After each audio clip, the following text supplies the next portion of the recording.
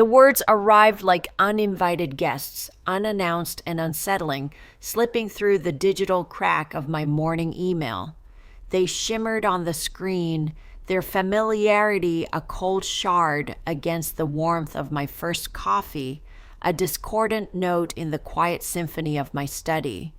They were beautiful words, undeniably so, woven with a lyrical cadence that resonated deep in the marrow of my bones, painting vivid, aching pictures of whispering pines under a turquoise sky, of ancient spirits dancing in the dust devils of the high desert, of a resilience forged in the crucible of loss.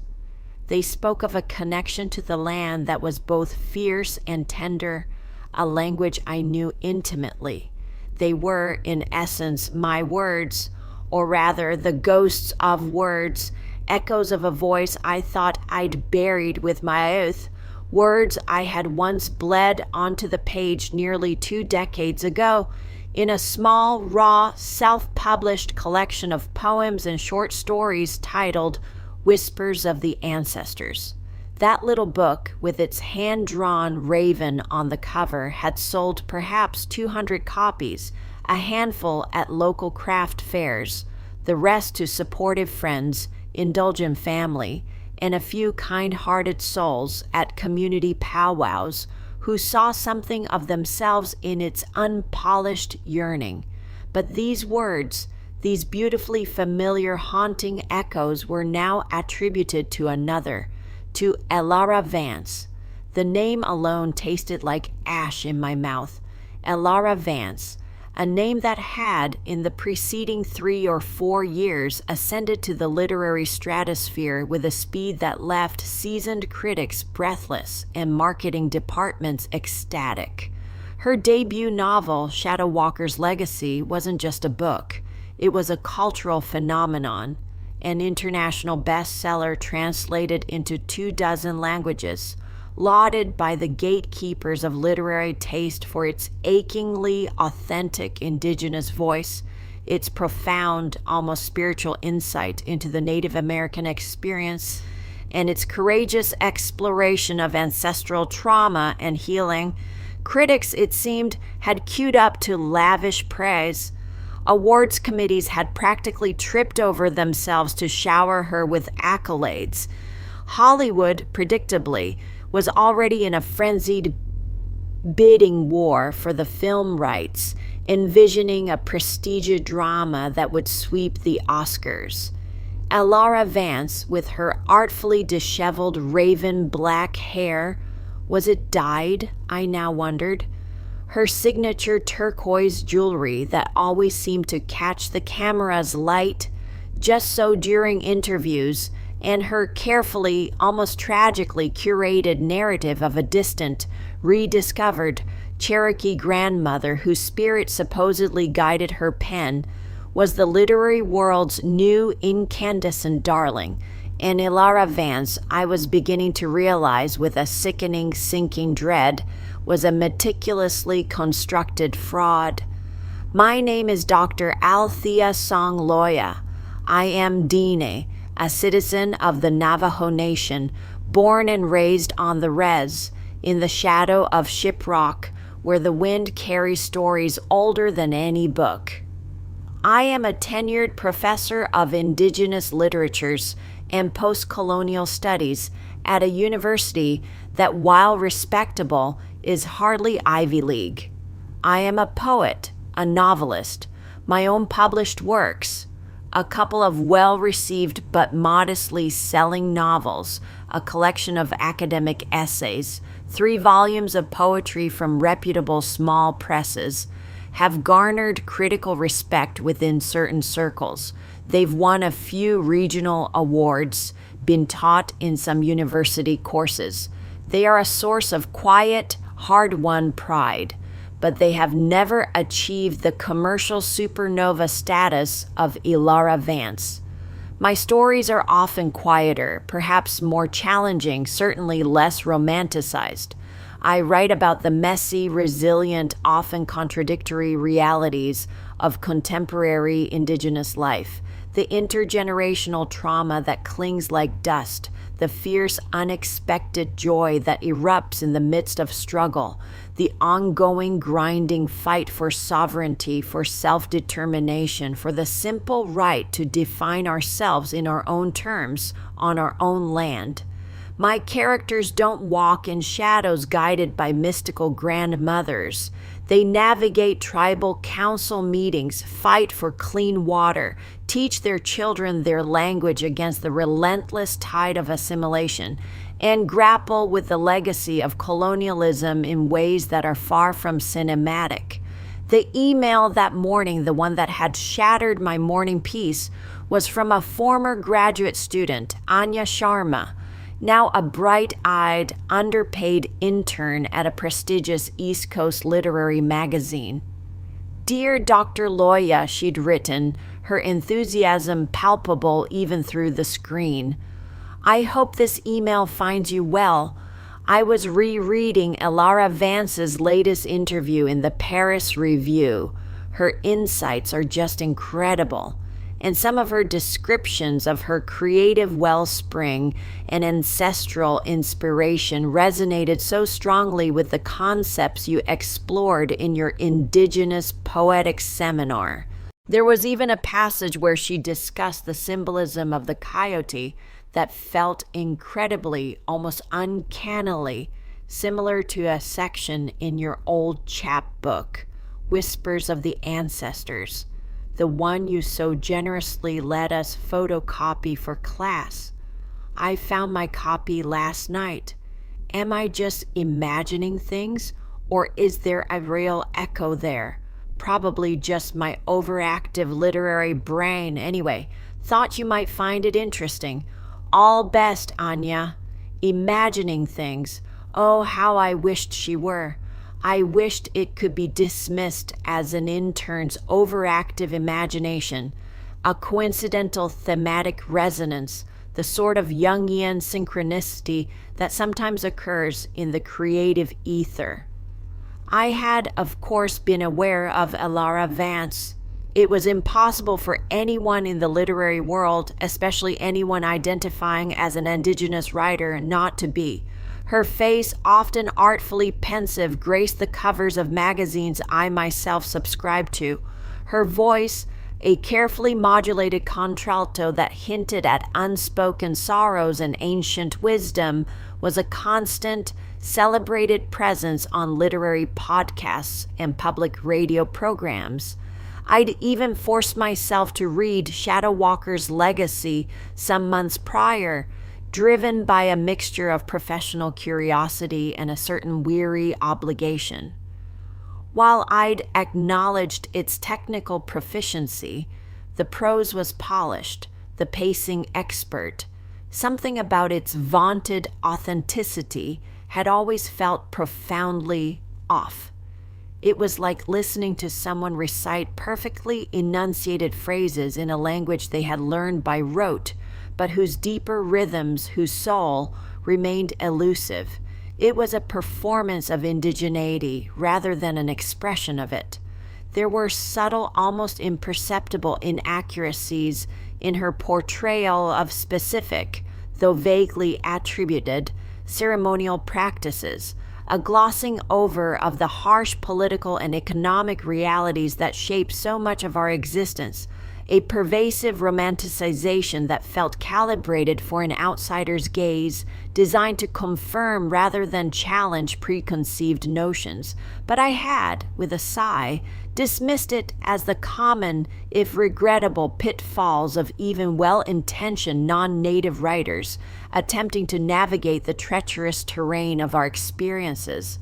I hadn't, until that moment, suspected anything more calculated, more insidious. Anya's email was not just a spark, it was a fuse. It ignited a cold, creeping dread, a suspicion so monstrous, so deeply offensive, that I almost couldn't allow myself to give it form.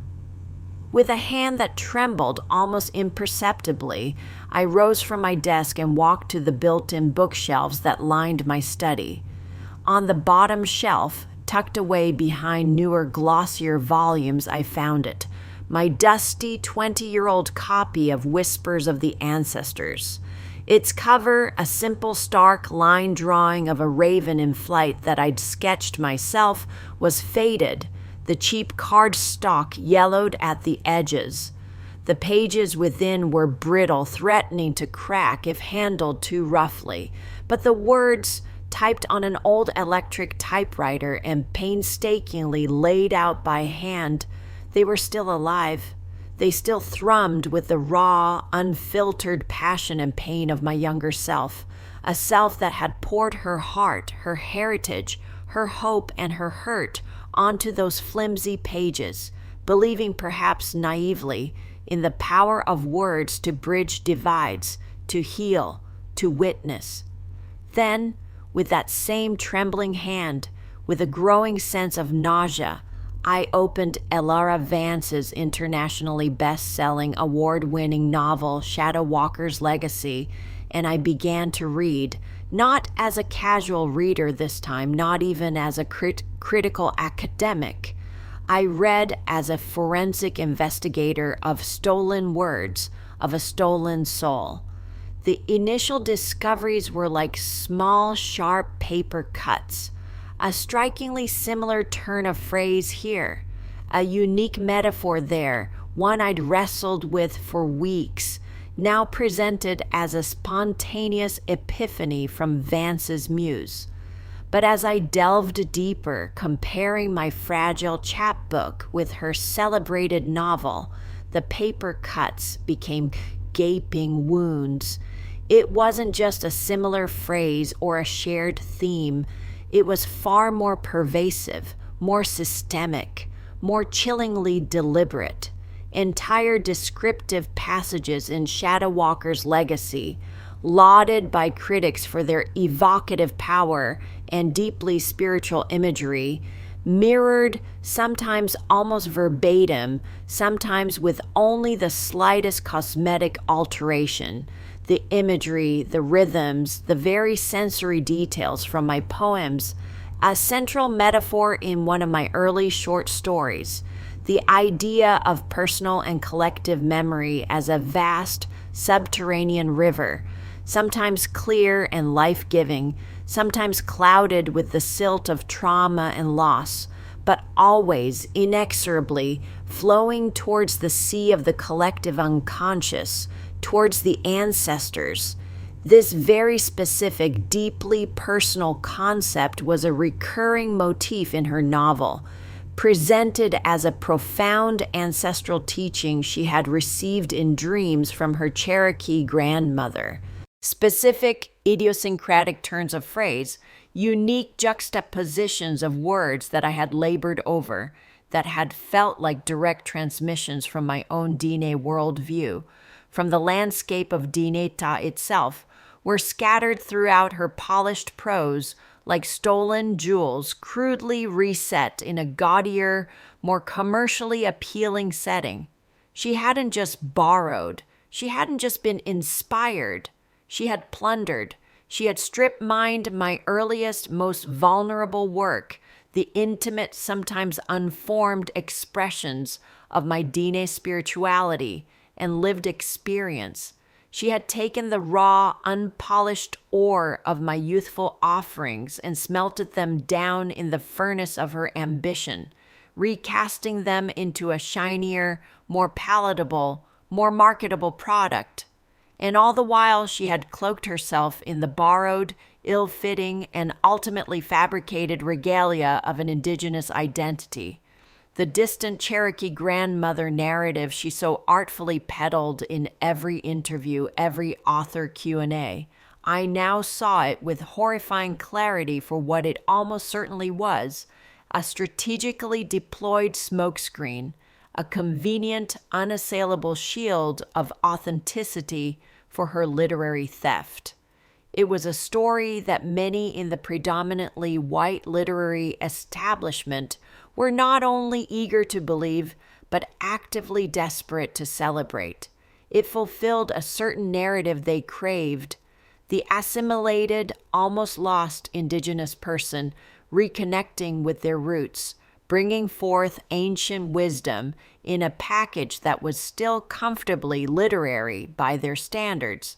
The pretendium phenomenon, as we call it in Indian country, was not new. For generations, white individuals have donned feathers and beads, metaphorically or literally, claiming indigenous ancestry, often a conveniently distant and unverifiable Cherokee princess, to gain access to opportunities, to garner credibility, to profit financially and socially, to speak for us, their voices often amplified by systemic privilege, drowning out our own in the process. It is a particular insidious kind of violence, a theft not just of stories or resources, but of identity itself, of our sovereign right to define who we are, to tell our own histories, to control our own narratives. The anger that rose in me then was not the hot, explosive flash of typical outrage. It was a cold, sharp, diamond-hard fury, a deep glacial rage that settled in my bones. This wasn't just about plagiarism, a recognized, if sometimes difficult to prove, literary crime. This was about cultural appropriation at its most cynical and egregious. This was about the ongoing colonization of our narratives, our spiritual traditions, our very being. Ilara Vance hadn't just stolen my words, my metaphors, my deeply personal reflections. She had stolen a space, a platform, a spotlight that rightfully belonged to an Indigenous writer, perhaps one whose voice was still struggling to be heard, one who didn't have the privilege of a fabricated, romanticized backstory to sell to a hungry public.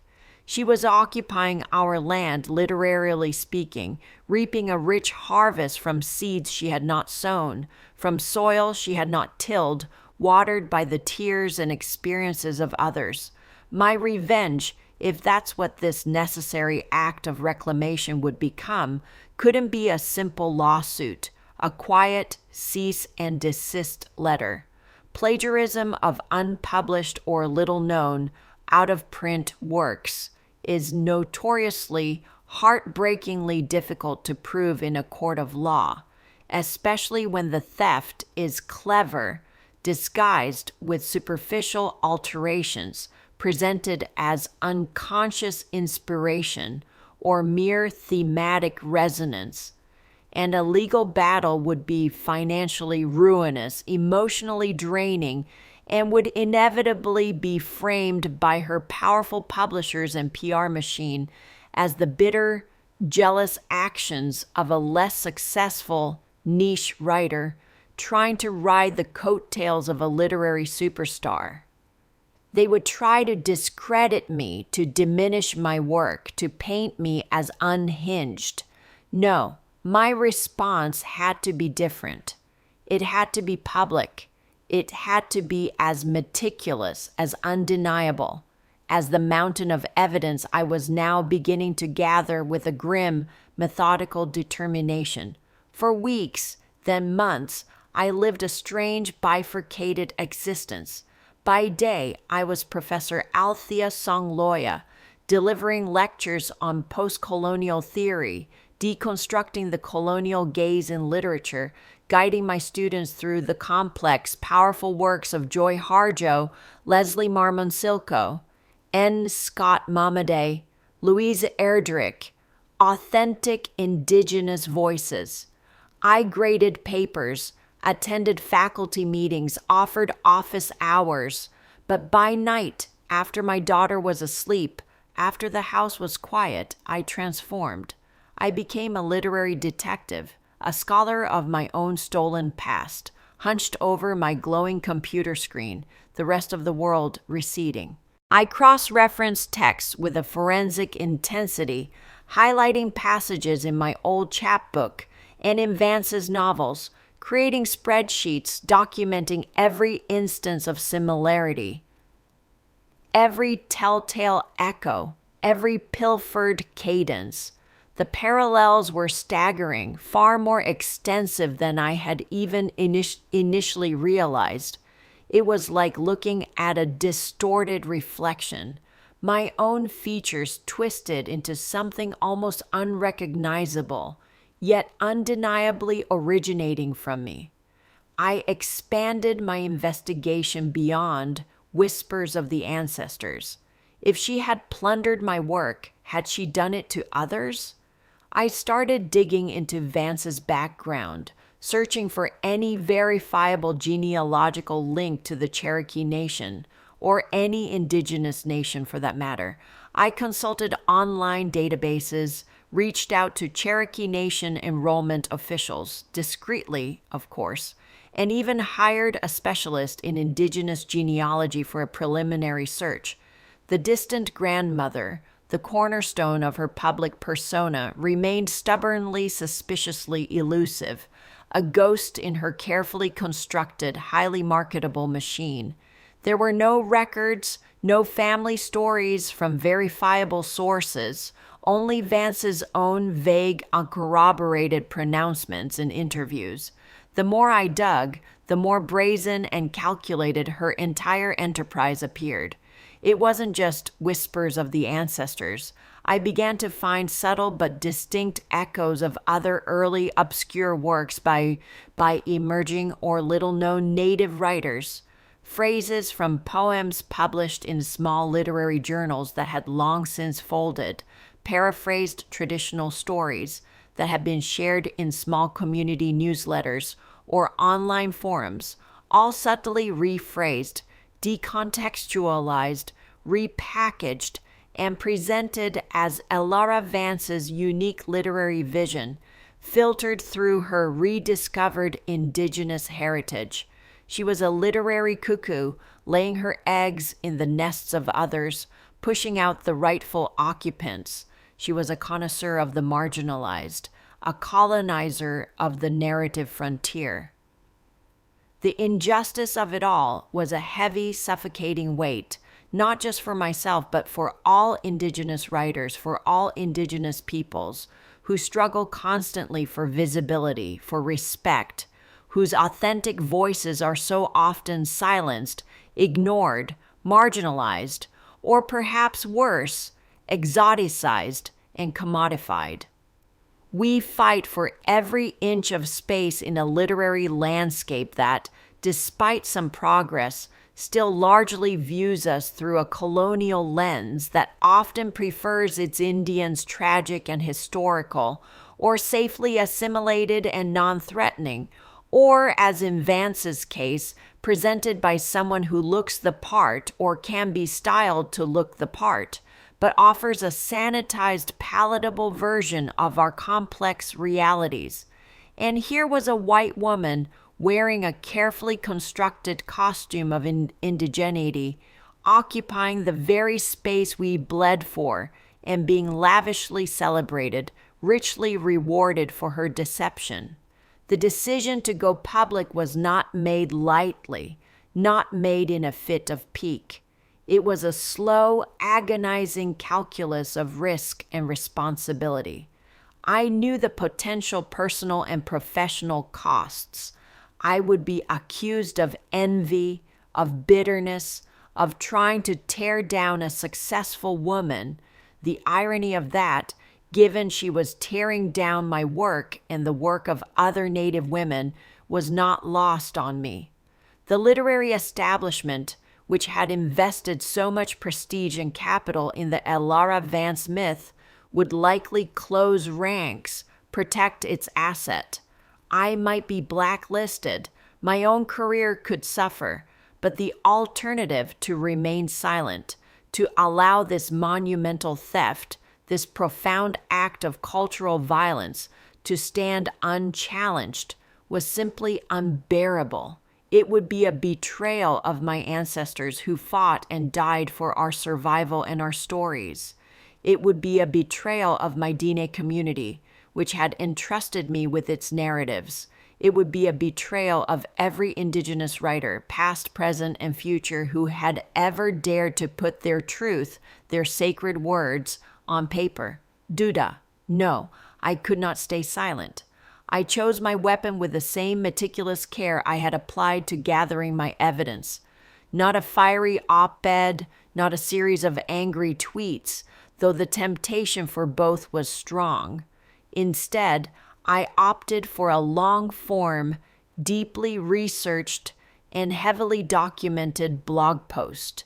It would be hosted on a respected online platform dedicated to Indigenous voices and scholarship, a space where it would be read first by those who understood the nuances and the stakes. I wouldn't just make accusations. I would lay out the evidence piece by damning piece irrefutably. Side-by-side comparisons of texts with highlighted passages, timelines demonstrating when my work was published versus when hers appeared, a careful academic analysis of the problematic ways Vance constructed and deployed her fabricated Indigenous identity, citing scholars of Indigenous identity and cultural appropriation. I would strive for a tone of scholarly objectivity, though my heart ached with a quiet, profound sorrow and a burning, righteous indignation. The facts I knew, the cold, hard, documented facts, would speak for themselves, louder and more persuasively than any impassioned emotional plea. The title of the post, after much deliberation, was simple, direct, and, I hoped, resonant. Echoes in a Stolen Voice, a case of literary colonialism and fabricated identity. Before hitting publish, I took a crucial step. I shared the meticulously crafted draft and my supporting evidence with a small circle of trusted colleagues, other Native academics and writers whose integrity and judgment I respected, a couple of non-Native allies who were scholars of ethics and media, and, importantly, a lawyer specializing in intellectual property law and Indigenous cultural heritage rights. Their reactions were a validating, if sobering, mixture of profound shock, deep outrage at Vance's audacity, and unwavering, immediate support for my decision to speak out. They helped me refine the language for clarity and impact, double-check my citations, ensure the legal soundness of my claims, and crucially, prepare for the inevitable storm of fallout. My lawyer friend, while cautioning about the limits of legal recourse for the plagiarism itself due to the obscurity of my early work, affirmed that the exposure of her fabricated identity was a matter of public interest and truth. The night I finally hit publish, the house was silent except for the hum of the refrigerator and the frantic beating of my own heart. My daughter was asleep in her room, her breathing soft and even. The weight of my ancestors, of my community, felt palpable. My hand hovered over the mouse for a long, suspended moment. This was it. There was no turning back. This act would irrevocably change my life, for better or worse. I thought of my grandmother, who faced down government agents trying to take her sheep during the livestock reduction, her small frame filled with an unyielding spirit. I thought of her quiet strength, her unwavering connection to truth and justice. I thought of the young Native writers I mentored at the university, their bright, hopeful faces, their urgent, vital stories waiting to be told, stories that deserve to be heard without being overshadowed or co-opted. I took a deep breath, and I clicked. The internet, as they say, is a fickle and often brutal beast, a place of ephemeral outrage and fleeting attention. But sometimes, just sometimes, it can be a powerful, democratizing tool for justice, a digital fire that can burn away lies and illuminate truth. My blog post didn't just go viral in the way of a funny cat video or a fleeting celebrity scandal. It detonated. It landed like a carefully aimed bomb in the pristine, often self-congratulatory gardens of the literary world.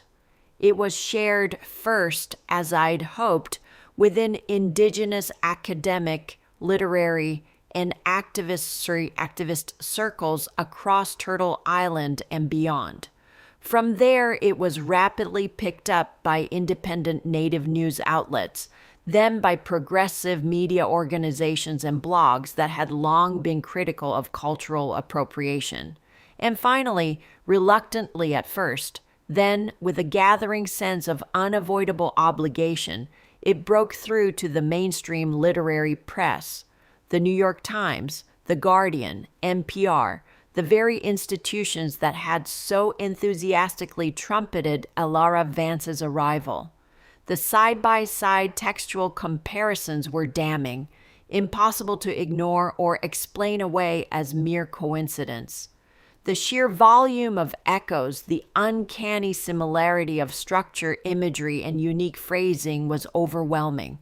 My meticulous, if ultimately inconclusive research into Vance's non-existent Cherokee ancestry added another crucial layer of irrefutable evidence to her calculated, multifaceted fraud.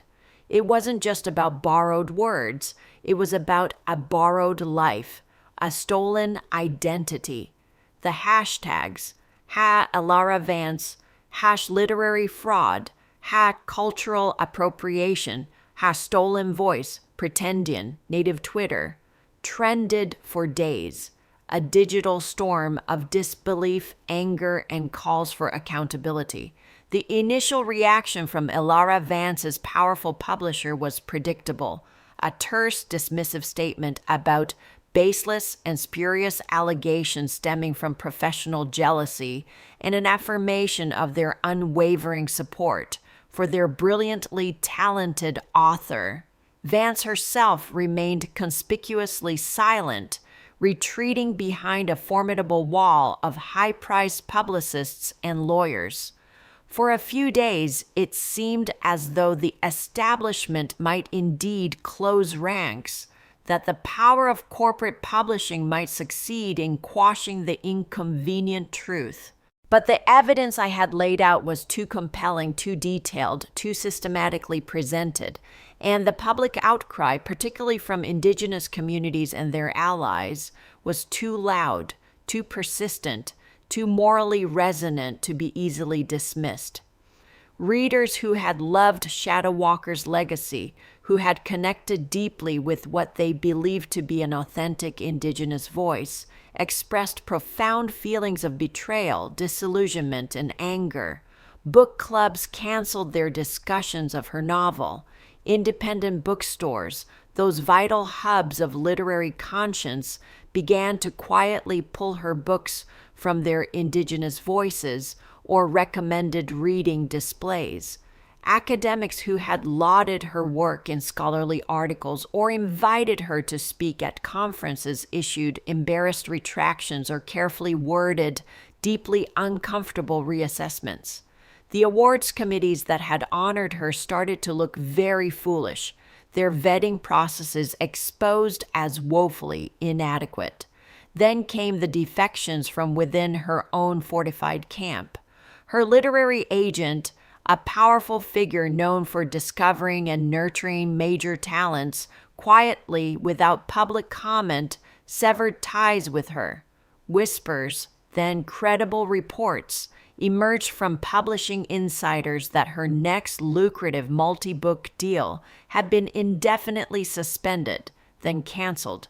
The carefully constructed, glittering edifice of Elara Vance, literary sensation and self-proclaimed cultural ambassador, was beginning to visibly, irrevocably crumble. The revenge, and I use that word cautiously, for my primary motivation was truth, not vengeance, was not solely in witnessing her professional downfall, though I will not deny a certain grim, complex satisfaction in seeing a carefully constructed lie so thoroughly exposed, a system of appropriation so publicly challenged.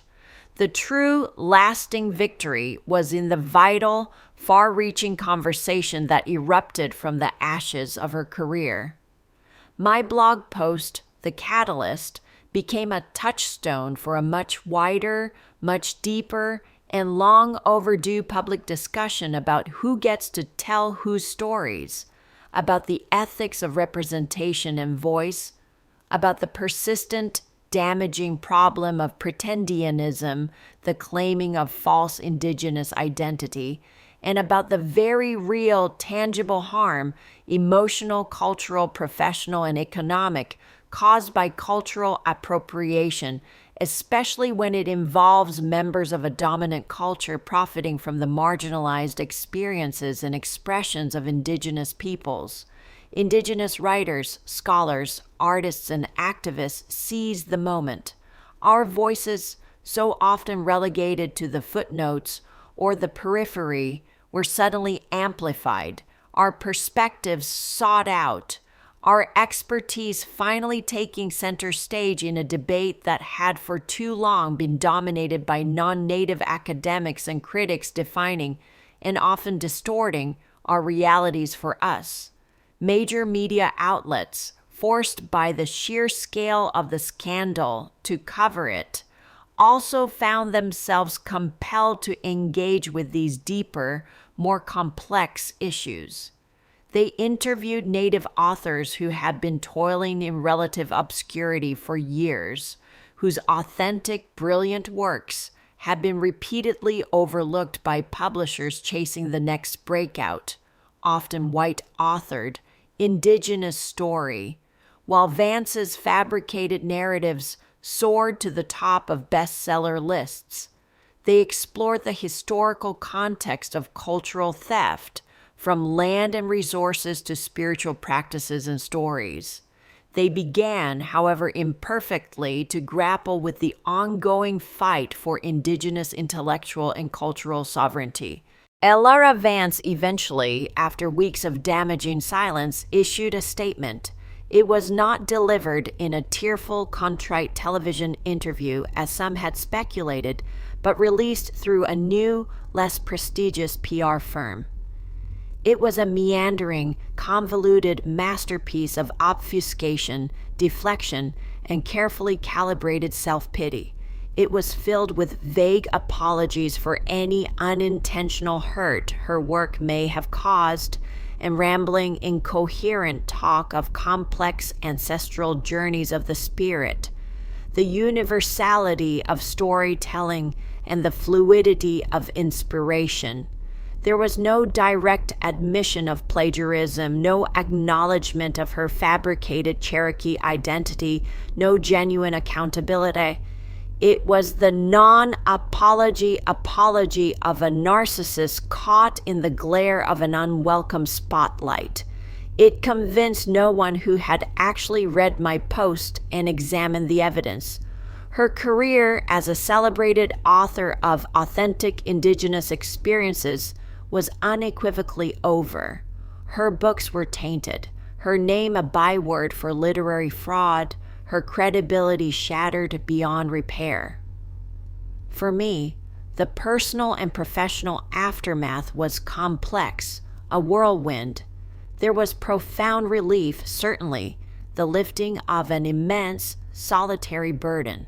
There was also a deep, lingering exhaustion, the psychic toll of the preceding months of intense, isolating work and the subsequent public storm. And, unexpectedly, there was a renewed, almost overwhelming sense of purpose. The fight, I realized, wasn't just about one fraudulent author. It was about challenging and changing the systemic inequities, the colonial frameworks that allowed such frauds to flourish in the first place. It was about creating more ethical, more equitable, more genuinely inclusive spaces for authentic Indigenous voices to be heard, honored, and celebrated on their own terms. The stolen voice scandal, as it inevitably came to be known in headlines, didn't magically solve all the problems of injustice and inequality in the literary world or in the wider society. Of course not. The roots of colonialism run too deep for that. But it was a significant crack in the wall, a moment of profound disruption, and, dare I hope, transformation. Publishers, for a time at least, became demonstrably more cautious, more inclined to rigorously vet claims of Indigenous identity, more genuinely open to acquiring, publishing, and promoting actual Native writers. Readers became more critical, more discerning, more aware of the politics of representation.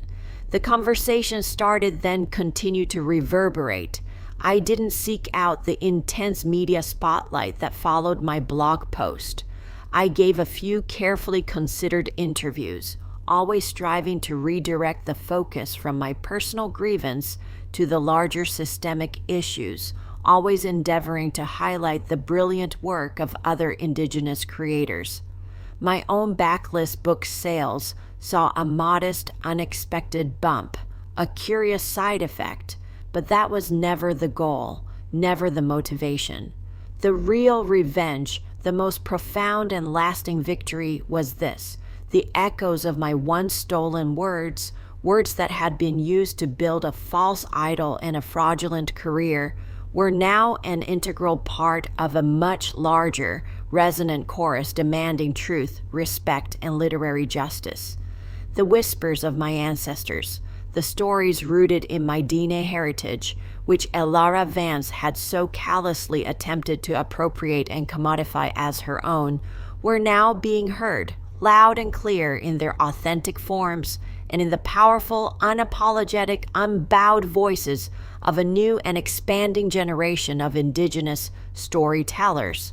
The earth, our mother, truly doesn't lie, and neither do the stories that spring from her, from our connection to her, if they are told with an honest heart, with respect, by those to whom they truly, spiritually, culturally belong.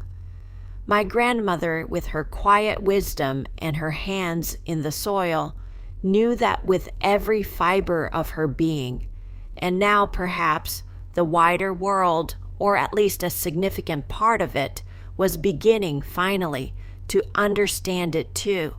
The fight for our stories, for our voices, for our truth continues. It always will, but today the whispers are a little stronger, the echoes a little clearer, and the path ahead, while still undeniably challenging, feels a little more illuminated by the unwavering, reclaimed light of our own narratives, and that is a victory worth every scar,